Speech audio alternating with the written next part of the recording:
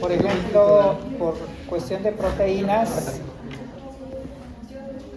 proteínas vimos que tiene estructura cuaternaria y cosas así, ¿no? Sí.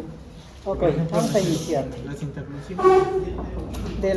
No, o sea, cosas muy generales, no es a profundidad, no, es definición de propiedades generales, cosas así. Sí, no. Bueno, vamos a iniciar, jóvenes. Buenos días.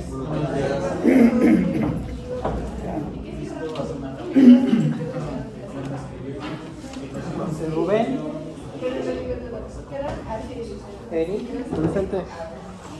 Flores, Carla. Ya, vamos a iniciar. Richard. Basti. Abril. Santiago. Julio. César. Fer Gutiérrez. Iván. Itzel. Bueno, esperamos un momento. Sí. Macías. Julián.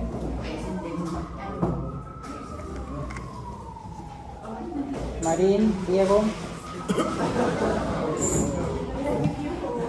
Nicole. Moisés. Nicole, ¿sabes si vamos a tener el laboratorio de... Rubén. ¿Qué? Sí. Marín. Pero... ¿no supone que depende del grupo de... Diego, Marín, Diego. Gabriel. Enrique Poblano. Yo, presente. Omar. Jared. Fer Romero. Sánchez Carla. Dana. Luis Ángel. Señor Luis Ángel. Vidal Enrique. Dani. Mariela. Aranza. Leslie. Evelyn.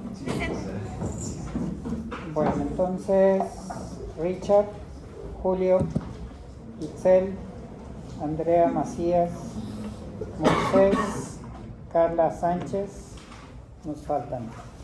Bueno, quienes están en riesgo de no exentar por faltas es Rubén, tiene 8, Basti tiene 10, una más Basti y ya no exentas. Si llegas a 12, rebasas las 12, baja automáticas. Y no yo, tú te estás dando de baja en tus.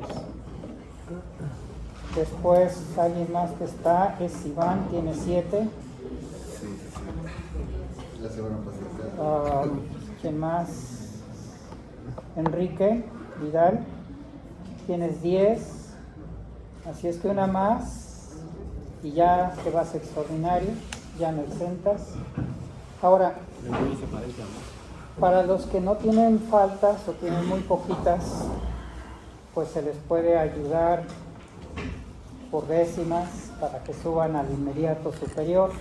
Los que tienen demasiadas, pues ni para bien ni para mal. Lo que tienen, lo que ganen es lo que se pone. ¿Sí? En ese sentido va el que me soporte el diario en las clases. Entonces, si tienen demasiadas faltas, pues definitivamente no se les ayuda en nada, lo que saquen es lo que se les pone, o sea, no se le quita ningún derecho. Richard ya llegó. ¿Quién más llegó ahorita? Ok, Richard. Y su apellido es López. Ok, ¿alguien más o ya? Muy bien, vamos a terminar. Entonces el examen queda para el lunes. ¿Sí? previa cuota de 50,000 pesos. Bueno, mejor libras esterlinas, ¿no? Sí. Que valga el esfuerzo. Ya cuando trabajemos, porque si no. Ya cuando trabaje, bueno, Ya cuando sea en un publiquemos. universo paralelo, De mi primer me patente, va a llegar. espérenos. Órale, pues. Dale. Bueno, vamos a iniciar. Seguro que no voy a sacar ninguna.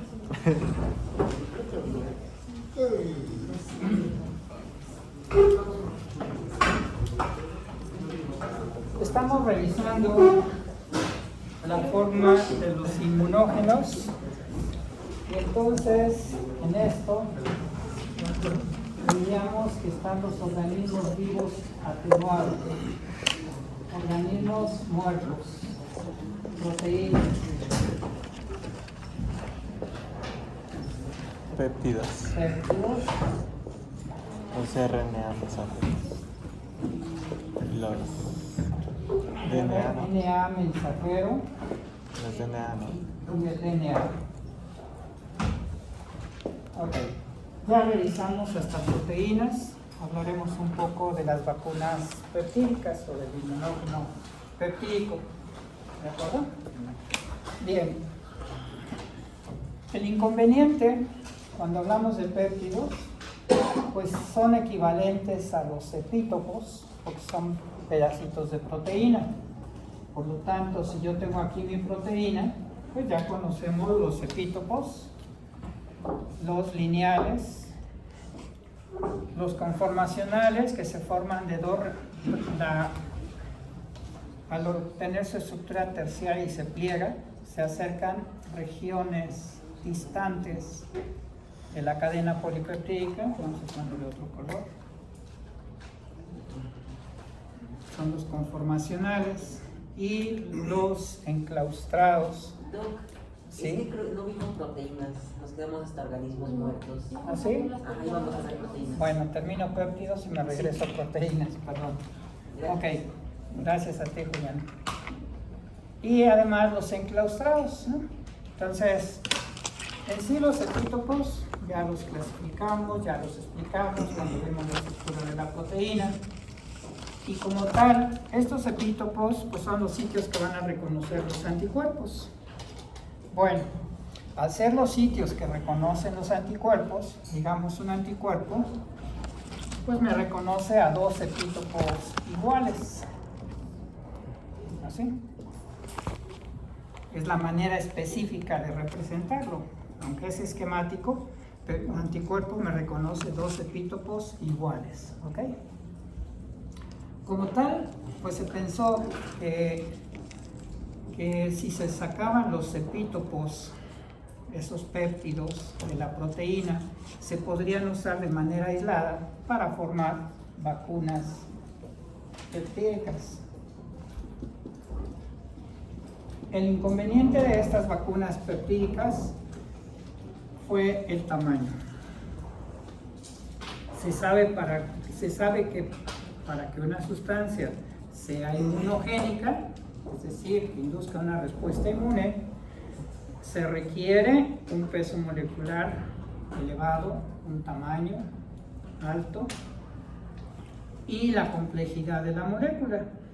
Por lo tanto, entonces, se tuvo que modificar agregándole a estos péptidos, agregándoles cadenas polipeptídicas poco inmunogénicas. Generalmente en las vacunas peptídicas se les agrega albúmina unido al epítopo. Para evitar, esto se hace poco inmunogénico, para evitar enmascarar las propiedades inmunogénicas del epítopo. También hemos dicho que para que una proteína sea inmunogénica, mínimo debe tener un epítopo lineal. Si no tiene epítopos lineales, no va a ser inmunogénica. Pero atención, en este enfoque de vacunas peptídicas, uno puede conocer la secuencia de aminoácidos de un epítopo conformacional. Vamos a suponer que este epítopo conformacional fue reconocido, aunque es de regiones distantes, el color aquí diferente no es que sean epítopos secuencias diferentes, sino es de sitios distantes. Pero si por ejemplo hay un anticuerpo que me reconozca una pequeña región de esta y se parezca a la de esta, pues me va a reconocer al epítopo conformacional. ¿Qué se hace para fabricar epítopos lineales a partir de epítopos conformacionales? Esto ya se hace in vitro. Se va colocando el aminoácido, las enzimas, otro aminoácido, otro y otro y otro y así. Los voy uniendo químicamente in vitro y entonces formo de un conformacional, formo un lineal y puedo usarlos como vacunas. ¿De acuerdo? Insisto, el problema principal es el tamaño. Ejemplos de cómo han trabajado todo esto, pueden buscar los artículos de la doctora Kete. Ella la encuentran en la página de Systimex. Es una página de investigadores de la UNAM que trabajan con cisticercos. ¿Sí? Y han obtenido vacunas peptídicas, que estas vacunas o estos péptidos del cisticerco se los introducen en la papaya y se lo dan como alimento a los cerdos. Y han evaluado la respuesta inmune del cerdo, ¿sí? Con la finalidad de que el cerdo ya no se infecte de cisticercosis y como consecuencia la calidad de la carne sea mayor y se venda a buen precio. ¿Ok? Entonces tiene una utilidad práctica. En humanos hay pocas vacunas peptídicas, de hecho, pues no conozco así alguna en particular. Pero es un enfoque que se está usando en animales. Hay libros completos de vacunas peptídicas, ¿sí? Si alguien quiere profundizar en esto. Bien, entonces el enfoque es que se tienen que aumentar el peso molecular con cadenas polipeptídicas poco inmunogénicas. 2, por sí solos son poco inmunogénicos. Los péptidos por sí solos son poco inmunogénicos. Bueno, vamos ahora con las proteínas.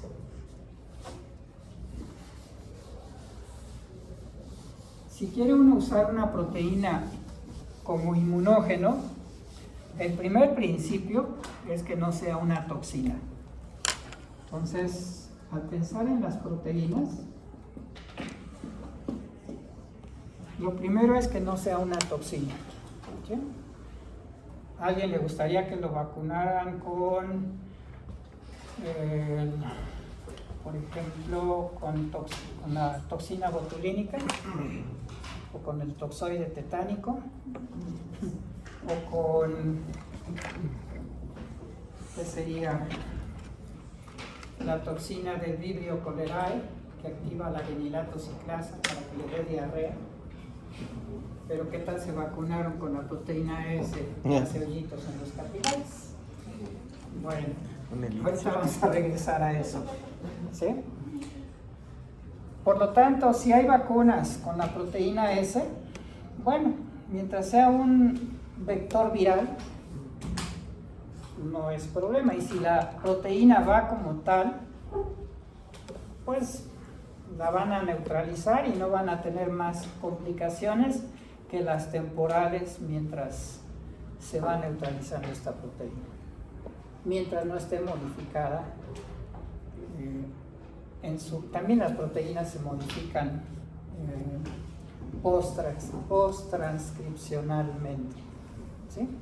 Es decir, ya que se sintetiza, se hace la traducción, estoy diciendo tonterías. Ya que la proteína se ha formado, se puede modificar en su estructura química. ¿Sí? Sí, hay modificaciones post-traduccionales. Vamos para darme a entender en esto, DNA, sabemos que me forma DNA. Y esto se conoce como replicación o duplicación del DNA. De este al RNA mensajero, eso se llama transcripción. y del RNA mensajero a proteína se llama traducción. Bueno, cuando se traduce una proteína puede haber modificaciones post-traduccionales, ¿sí? Que modifica la proteína. Pero también puede haber modificaciones post-transcripcionales, donde se modifique el RNA mensajero. En el caso de las vacunas con proteínas, podría meterse la proteína completa siempre y cuando no sea una toxina, ¿sí? Pero en la de AstraZeneca tenemos vector viral y tenemos la proteína. Y es una toxina, ¿sí? Acuérdense, hace los hoyitos en los capilares. ¿Cuál es la ventaja? Si no está modificada, entonces será fagocitada, procesada y presentada, se formará memoria, se neutralizará y hasta ahí llegó el asunto. No habrá más complicaciones de esa vacuna, ¿sí? Porque es la proteína como tal, solo se está usando un vector para introducirla. Entonces, el principio es no vacunar con toxinas. Si se quieren neutralizar toxinas, hay que hacer antídotos. Y eso no son vacunas. Eso es en animales, ¿de acuerdo? Hay que usar antídotos. En esto de los antídotos es bien importante porque, por ejemplo, en el tétanos tenemos dos.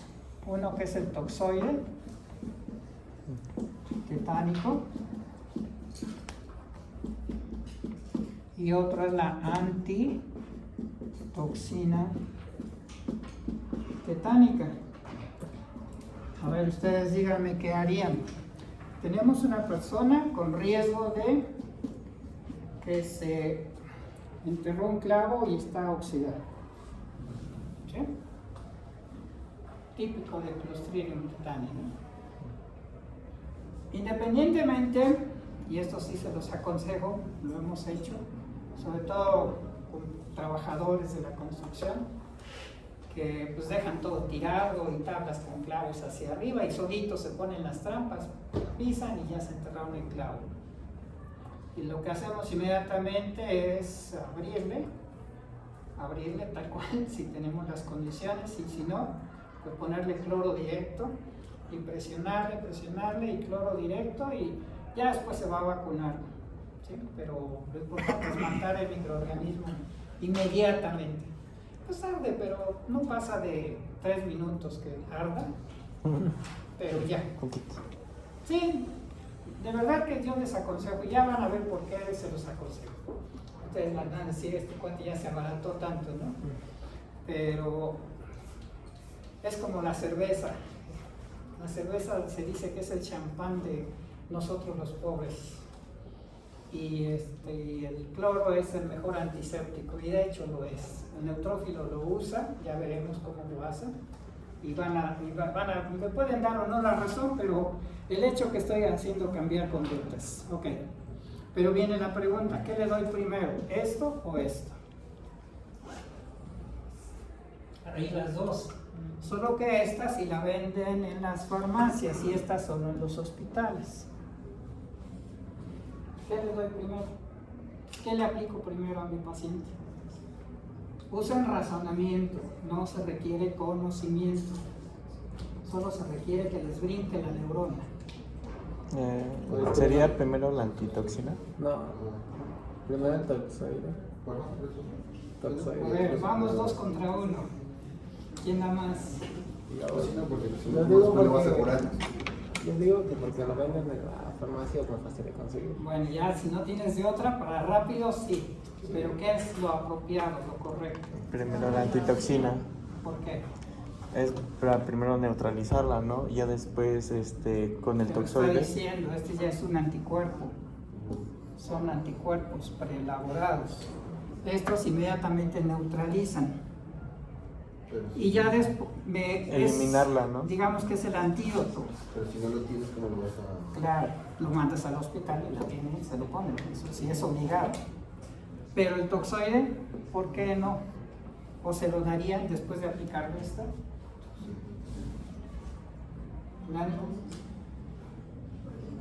Pues la otra es. A ver, espérame, Dani.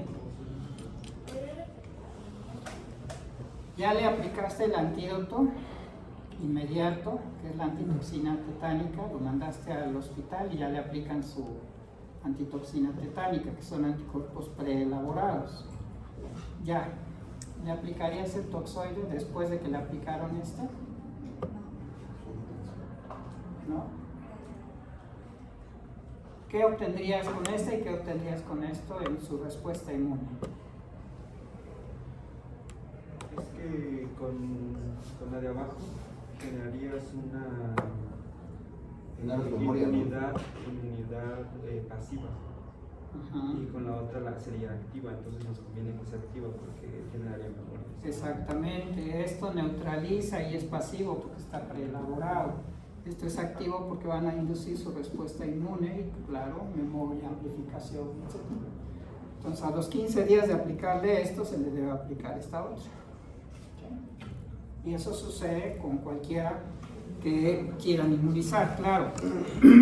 Aquí es también una toxina, ¿sí? Y esto está también modificado porque no es la que genera la patología como tal. Porque hemos dicho que para que una proteína sea una vacuna, no debe ser una toxina. Y aquí estoy metiendo toxoide tetánico. ¿Sí? Entonces está modificado por las dosis. Esto es bien importante. Veamos. Ustedes están trabajando en urgencias y llega un paciente con VIH y lo acaban de funcionar. Pasaron 5 minutos y se pinchan con la aguja. ¿Van a tener ya el VIH? No necesariamente. No necesariamente, depende de la cantidad de virus, depende de su sistema inmunológico. Claro, se van a hacer las pruebas, etcétera, todo el chequeo como debe ser, pero ahí va a depender mucho la cantidad del patógeno, ¿sí? El número de patógenos. No lo hagan desde luego. Ok, entonces las proteínas como tal nos dan, si analizamos este enfoque, estamos buscando seguridad, pero no se pierde de vista la eficacia. En el caso de las vacunas, pues no va a corregir signos y síntomas de una enfermedad. En el caso de las vacunas, lo que estamos buscando es generar una respuesta inmune celular para que tenga memoria, para que me produzca anticuerpos altamente específicos y muchos de ellos. ¿Sí? Entonces la eficacia de una vacuna será en que genere memoria. La seguridad, que no haya efectos colaterales. ¿Por qué se ha ido simplificando los inmunógenos en moléculas no más sencillas, sino en estructuras separadas? Pues porque aquí tengo menos eficacia, porque podría inducir la enfermedad si no cuido el inmunógeno. De ahí la ventaja de muchos antídotos o vacunas que están liofilizadas. ¿Sí? Acuérdense del concepto y véanlo en la penicilina, en los frasquitos. Polvito. Dice liofilizado, viene en polvo, que está deshidratado. Entonces, liofilizado quiere decir que se le quitó el agua en vacío y a bajas temperaturas. ¿Sí? Así es como se deshidrató. A bajas temperaturas y al vacío. Eso es liofilizado. Bueno, ok. Si analizamos el caso de las proteínas, mientras no sea una toxina, va a ser eficaz y relativamente segura. ¿Ok? Pero si uso toxinas, tengo cierto riesgo que tengo que estar vigilando a mi paciente. Pasamos ahora ya a estas dos. Bueno, nuevamente para entender las vacunas por RNA mensajero, y aquí vamos a entrar en esta controversia, pero la decisión, como siempre, es de ustedes, van a ser médicos, y uno comparte información Además estamos, en mi caso, estoy seguro de que lo que les comparto está publicado, etcétera, y ustedes deben formar su propio criterio, leyendo críticamente y razonando lo que les planteamos. Abusados. Bueno, lo primero, de lo que poníamos aquí, del DNA, cuando pasa el RNA mensajero y luego a la proteína. Este es un RNA. Cuando se lleva a cabo la síntesis de proteínas, pues en las unidades del ribosoma, llega el RNA mensajero con sus tripletes, el codón y el anticodón. Este RNA mensajero, aquí estaría el RNA ribosómico, que es el que supervisa el empalme de los tripletes. Aquí el otro triplete es del RNA de transferencia, ¿ok? Para que se lleve a cabo la síntesis de proteínas. Ya, si ustedes quieren ser específicos, sitio aminoácido, sitio peptidil, y aquí se fue formando la cadena polipeptídica. Además, el RNA mensajero tiene los llamados punto y coma, donde se detiene y se sigue otra proteína, ¿sí? Pero también hay otros RNAs, se les llama microRNAs, micro de mu, microRNA, o también llamados RNAs de interferencia. Hoy en día, esto ya no es nuevo, ya hace como 10, 15 años empezó a descubrirse esto de los microRNAs, y estos pueden cortar al RNA mensajero e interrumpir la traducción. Este fenómeno que estoy poniendo aquí es la traducción, de aquí a aquí. ¿Sí? Hoy se usan hasta para bloquear la síntesis de proteínas de células cancerosas. ¿Sí? Regresamos. Si ya se conoce este sistema, ¿por qué se eligió a estas moléculas? Primero, por sí solos aparentemente no iban a inducir la enfermedad, por sí sola la molécula. Pero el problema era cómo introducirlos a las células. El RNA se puede introducir y traducirse en el citoplasma. Las de DNA tendrían que ingresar al genoma. El combinar material genético y con las células o con organismos, a esto se le conoció en su momento como ingeniería genética. Les estoy hablando más o menos por el año 1978-79. Todavía no estaban en proyecto, ni siquiera ustedes, ¿no? Pero por esos años, pues yo ya andaba aquí dando guerra en la facultad y le decía a mi maestro de genética, excelente genetista, el doctor Ivanoven Gamboa, gran maestro de nosotros, que yo quería hacer mi tesis sobre ingeniería genética.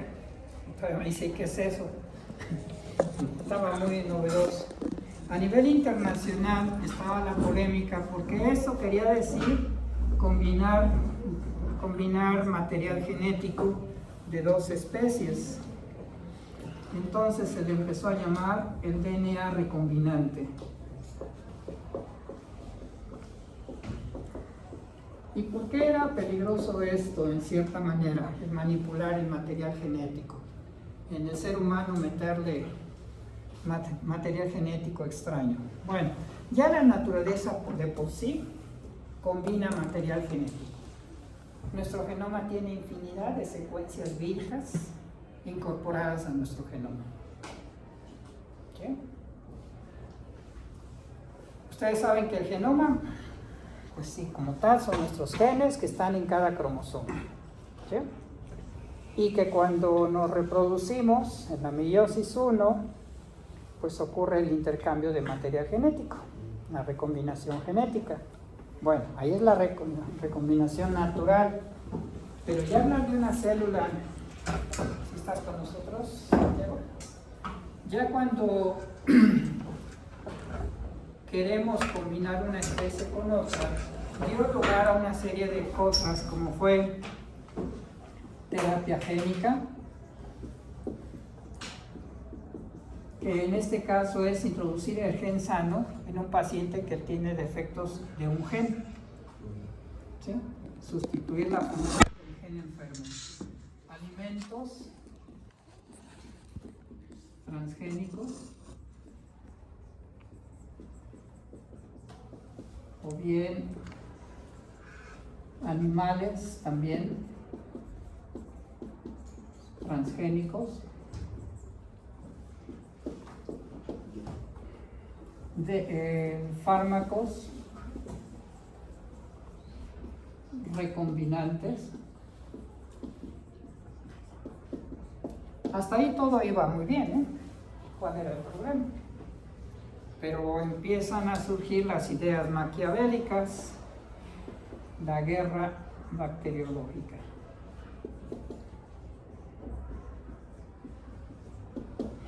En los años que les digo, 78-79, estaba la Guerra Fría, como siempre, ¿no? Estados Unidos y Rusia. Y en esto de la guerra bacteriológica, precisamente estaba la reglamentación de las técnicas de combinar material genético de una especie a otra. ¿Sí? Por ejemplo, el anthrax, una cosa sencilla. Yo agarro aquí una bacteria, una E. coli, y en su genoma le pongo aquí un gen diferente que la haga muy agresiva y que solo yo tengo el tratamiento para bloquear la proteína que va a producir ese gen, solo yo. ¿Sí? Y desde luego trabajo para la ciencia militar y el gobierno. Y esto, tan sencillo, vamos a suponer que el país que estuviera, entre comillas, contra México y dándole muchas situaciones conflictivas, pues mandamos a algún turista con un tubito y lo suelta en el agua. Y les da una diarrea y mata a todos los humanos y ni se destruyen edificios, combustibles, etcétera, todo queda intacto, pero se mueren los humanos. Así es la guerra bacteriológica. ¿Sí? Ideas maquiavélicas, pues. Aquí las tenemos naturalmente. Vienen los extranjeros y la E. coli enterotoxigénica y les va como en feria al inicio con unas gastroenteritis que casi los mata. ¿Sí? En serio, en serio. Es la venganza de Moctezuma. O bien la entamoeba histolítica también hace estragos con los que nos visitan. Entonces, por eso hay que saber dónde llevarlos a comer, porque si no les va como en feria. No están acostumbrados a nuestros bichos, en pocas palabras. Pero ya hacer combinación de material genético, eso ya es con fines de la guerra bacteriológica. ¿Existe? Sí, sí existe. Sí se hace. Sí, sí se hace. O sea, la guerra es terrible, ¿no? Bueno, sin embargo, fíjense aquí, fármacos recombinantes. ¿Qué se hace? Lo mismo en bacterias o en levaduras. Se les introduce un gen humano, vamos a poner el más clásico de la insulina humana en levaduras.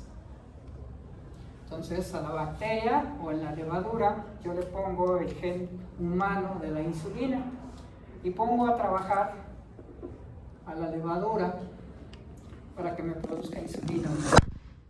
Es el caso de la insulina Lantus, muy efectiva y de las mejores en cuestión de que no genera efectos secundarios. Antes de las técnicas de DNA recombinante, se sacrificaban miles de cerdos y se obtenía el páncreas de ellos. Y de ese páncreas se obtenía la insulina de cerdo y apenas microgramos. Apenas microgramos. Muy poquitito se obtenía. Pero también tenía muchos efectos colaterales. Claro, pues es de cerdo. Sí, muchos. Con esto, los pacientes, ya sea diabetes tipo 2, resistentes a los fármacos orales, o bien los de tipo 1, diabetes tipo 1, más o menos controlan su insulina. ¿Sí? Más o menos. Es recombinante, entonces no todo lo recombinante es malo. El asunto está cómo hago la recombinación. ¿Sí? O sea, la idea es fantástica, ponerle el RNA mensajero para que me produzca la proteína en mis células.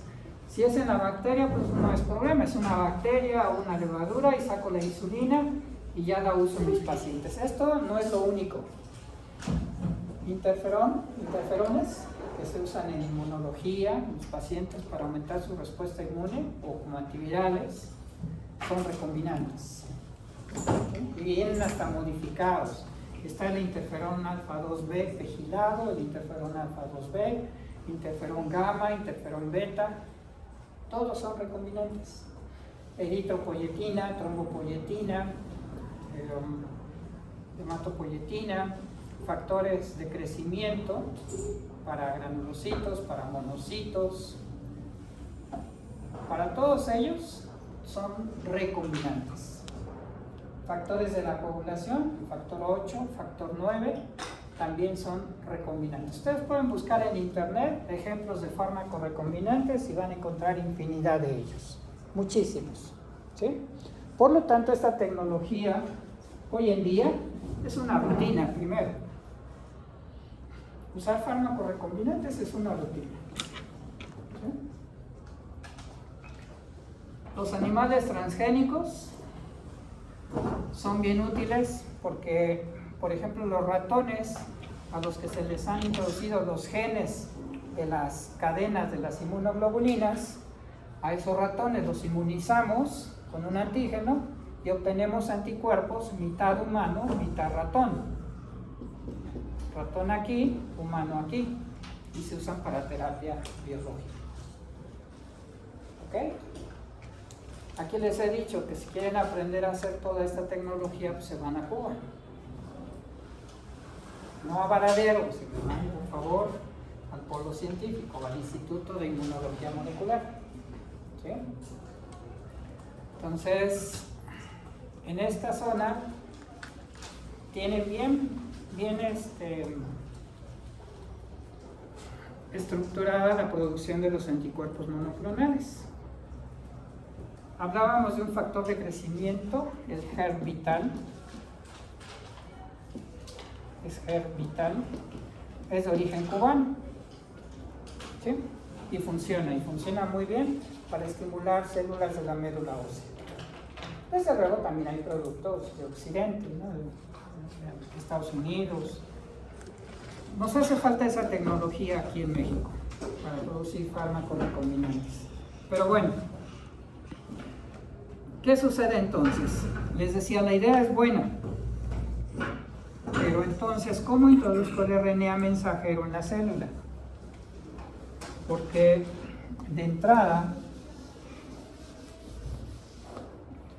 mi célula tiene una membrana lipídica y el RNA no es liposoluble. Ni el DNA ni el RNA es liposoluble.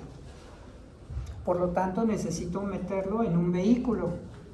Puede ser en un liposoma. Y los liposomas no son más que esferas con una bicapa lipídica. No confundir liposoma con micela. Por favor, en esto sí, pónganse abusados. Entonces el liposoma es una esfera de una bicapa lipídica y la micela es una monocapa, que es como entran las grasas en nuestros alimentos. ¿Sí? Y ya los ácidos biliares se meten aquí, funcionan como detergentes, aquí se llama emulsificación, y separan a los lípidos, y ahora sí las lipasas lo pueden degradar y separar glicerol y los ácidos grasos. El liposoma, aquí, Carla, el liposoma lleva adentro el RNA mensajero. Pero viene otra cosa interesante y que preocupa. El RNA mensajero normalmente se va degradando, como cualquier molécula de nuestras células. ¿Sí? No nos damos cuenta de los cambios en nuestro cuerpo hasta que ya pasaron varios años. ¿Sí? Pero diario hay cambios en nuestro organismo, en nuestra función, en nuestra estructura. Es más, hay cambios hasta en segundos. Si ustedes analizaran una célula y buscaran una proteína, y en 5 segundos ya no está esa proteína.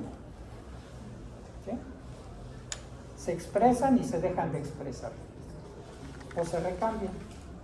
Entonces cada segundo somos diferentes, hasta hormonal y de neurotransmisores.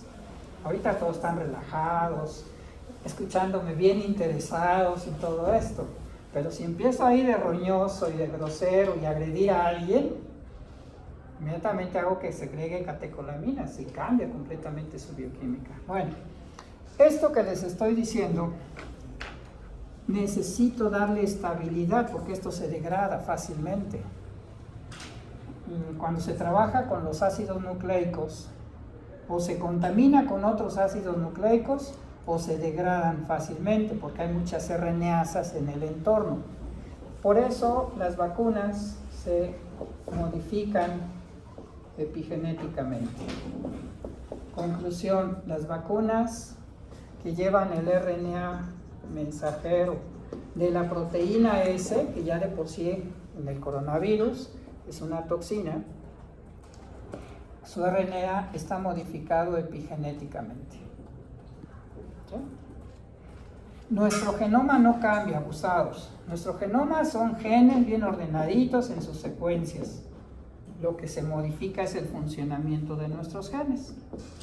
Tan solo con agregarle fosfato, metilo o acetilo, estas son las modificaciones epigenéticas. Y esto es heredable, se los he insistido. Si aquí Iván hace ejercicio, pues sus hijos van a hacer ejercicio. Si Luis Ángel se dedica a leer mucho, sus hijos van a leer mucho. Pero si aquí Enrique el tremendo le pone a fumar pero con ganas, que no se queje que sus hijos van a fumar. ¿Sí? Eso figurativo, ¿eh? ¿No? Si por ejemplo aquí Rubén le entra duro a las chelitas, pues igual sus hijos van a entrarle duro a las chelitas, no se me vayan a quejar, ¿no es cierto?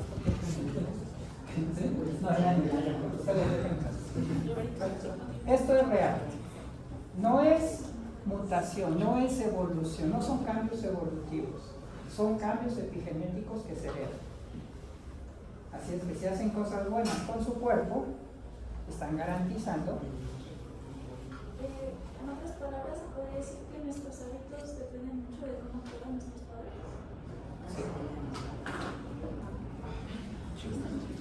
Aunque no lo crean, así es. Sí, lo que hicieron sus papás, digo, en general, lo que hacen nuestros papás, si se probaron la marihuana en algún momento, aguas. Sí, aguas. Entonces hay todos estos, nuestros hábitos hacen que cambie la modificación epigenética. La epigenética también tiene que ver con el proceso de envejecimiento. Se están buscando desmetilasas en ciertos organismos para quitar la metilación de nuestros genes y funcionen mejor y así aumentar el tiempo de vida de una persona. Interesante todo esto. Pero bueno, vamos ahora aquí con la vacuna del RNA mensajero. Se le agregan muchos metilos, se modifica epigenéticamente. ¿Para qué? Para que se mantenga estable y dure más tiempo este RNA.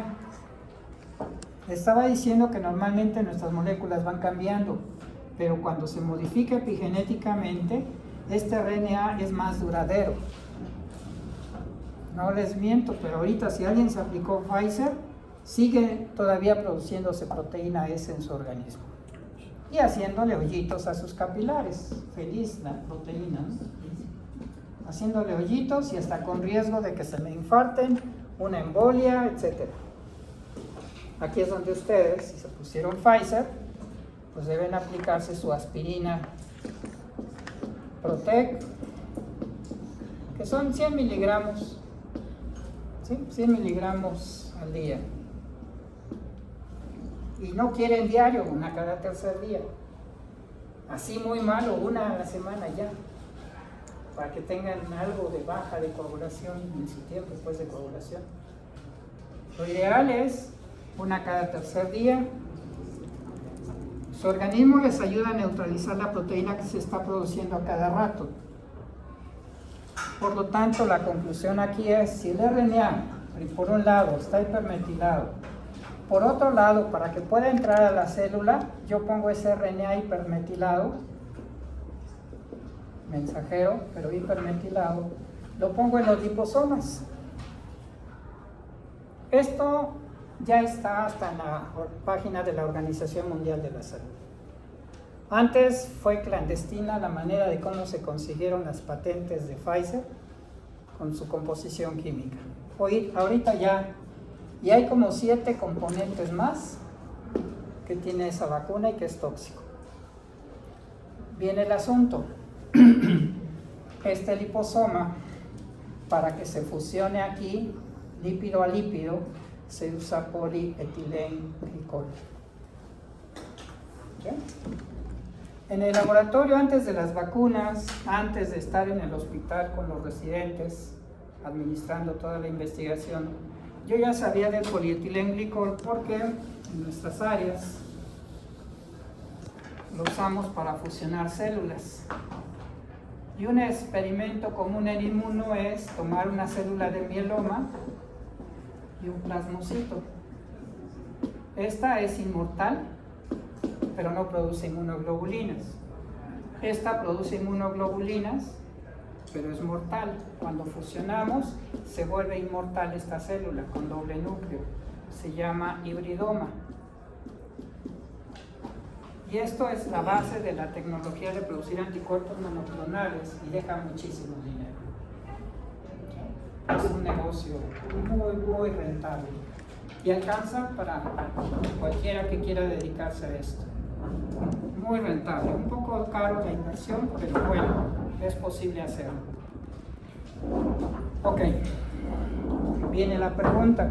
Yo ya sabía de esto. Cuando llego al hospital y llegan los cirujanos, me proponen proyectos de investigación en los que para limpiar el intestino por vía oral le aplican polietilenglicol para limpiar el intestino.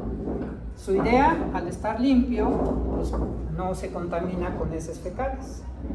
Lo que sucedía con los pacientes es que las células del intestino se fusionaban con este y el intestino quedaba esfacelado, sin epitelio. Imagínense que el epitelio sean ustedes, las células epiteliales, el intestino es la pared, las bancas aquí. Bueno, les pido que se acuesten, se agachen y todo esto queda plano.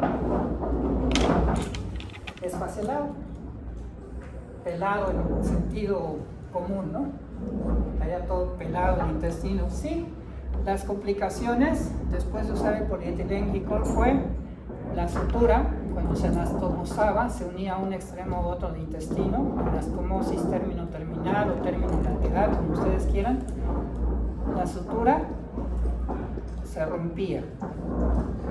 Eso se llama dehiscencia de sutura. Al estar esfacelado, perforaciones, fístulas, perforaciones o el intestino con otra asa intestinal se comunicaban, fístulas. Fueron las complicaciones más frecuentes cuando se usaba polietilenglicol para limpiar el intestino. Conclusión. El polietilengglicol será específico para fusionar el liposoma que lleva el RNA mensajero de la vacuna. ¿Es específico? Por eso las anormalidades cromosómicas en médula ósea son números diferentes de cromosomas en células de la misma médula. 2. Al fusionar, generar alteraciones cromosómicas, nos está generando cáncer agresivo con muerte a los 3 meses. Otra, la producción constante de proteína al no degradarse el RNA, infartos. Infarto intestinal, que se confunde con apendicitis, infarto al miocardio, gente joven. Y yo ya lo he vivido de primera mano con exalumnos, ni siquiera con conocidos, con exalumnos. O personas que de momento van caminando y ¡pum! Infarto. Jóvenes. ¿Sí? Vuelvo a hacer, ya se acabó el tiempo, pero vuelvo a insistirles, van a ser médicos, van a tomar su propio criterio y eso debo respetarlo, pero lean críticamente y piensen críticamente. Les estoy dando las bases, a ustedes les toca investigar del polietilengglicol, les toca investigar del RNA modificado epigenéticamente y saquen sus conclusiones. ¿Okay? Entonces nos vemos mañana en clase, ya el lunes empezando.